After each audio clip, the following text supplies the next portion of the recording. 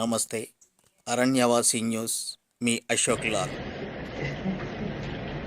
అందరికీ నమస్కారం.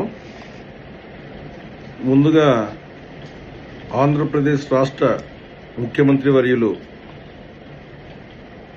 శ్రీ నారా చంద్రబాబు నాయుడు గారికి హృదయపూర్వకంగా జన్మదిన శుభాకాంక్షలు ముందస్తుగా. మీ పుట్టినరోజు సందర్భంగా ఒక మెగా డిఎస్సి తీసామని చెప్పేసి మీరు చూశాను, నేను సోషల్ మీడియాలో చూశాను. చాలా సంతోషం. కానీ మీరు ఎన్నికల ముందు ఇచ్చినటువంటి ఒక హామీ ఉంది గౌరవ ముఖ్యమంత్రి గారు. మీరు అరకువేలి వేదికగా మీరు ఎన్నికల ప్రచారానికి వచ్చి ఇక్కడ గిరిజన యువత, ఇక్కడ ప్రజలను ఉద్దేశించి మీరంతా కూడా ఒక మాట ఇచ్చారు. మేము ఏదైతే టీడీపీ ప్రభుత్వానికి మీరు గెలిపించినట్లయితే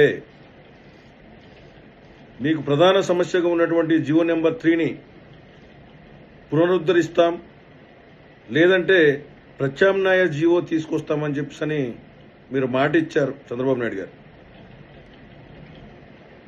మీరు అయితే ప్రత్యామ్నాయ జీవో లేదంటే ఇంకా మరి ఏ రకంగా మీరు కొత్త రకమైనటువంటి మీ అనుభవంతో ఏ రకమైనటువంటి జీవో తీసుకొస్తారో, తీసుకొచ్చిన తర్వాత ఈ మెగా డిఎస్సి తీస్తే బాగుండదని చెప్పి ఇక్కడ ఉన్నటువంటి ప్రజానికం అంతా కూడా కోరుకుంటున్నారు. లేదంటే ఇది మెగా డిఎస్సి కాదు చంద్రబాబు నాయుడు గారు, ఇది ఒక గిరిజనుల పాలిట ఒక దగా డిఎస్సిగా మిగిలిపోతుందని చెప్పేసి కూడా ఈ సందర్భంగా మీకు తెలియజేస్తున్నాం. ఇంకొక విషయం,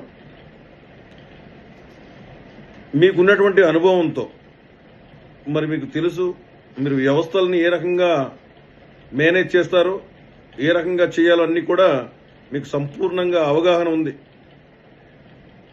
కాబట్టి మీరు ఈ సుప్రీంకోర్టు ఏదైతే జీవో నెంబర్ 3 కొట్టివేసిందో ఆ జీవో నెంబర్ 3ని మీకున్నటువంటి అనుభవంతో ఆ సుప్రీంకోర్టులో కూడా మేనేజ్ చేసి మీరు ప్రత్యామ్నాయ జీవో తీసుకొస్తారా, లేదంటే